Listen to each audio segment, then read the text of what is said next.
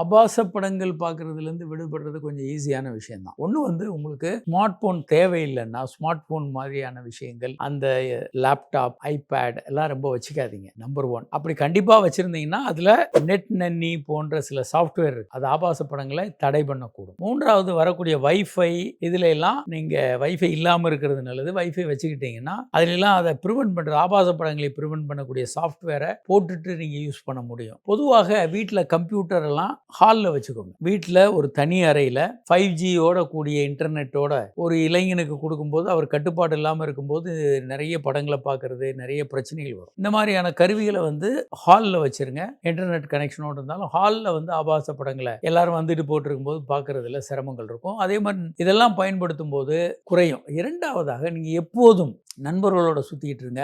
நண்பர்களோட இருங்க. தனியாக இருக்காது. வீட்டில் உறவினர்களோட சொந்தத்தோட இருங்க. அதே மாதிரி ஸ்கூல் படிக்க போகிறீங்க அப்படின்னா ரூமை பூட்டிக்கிட்டு இருக்க வேண்டியதில்லை. லைப்ரரியில் போய் படிக்கலாம். இந்த மாதிரி பல்வேறு விதமான புறச்சூழல்களை மாற்றுவதன் மூலமாக நீங்கள் இந்த எண்ணிக்கையை வெகுவாக குறைக்க முடியும், நிறுத்தவும் முடியும்.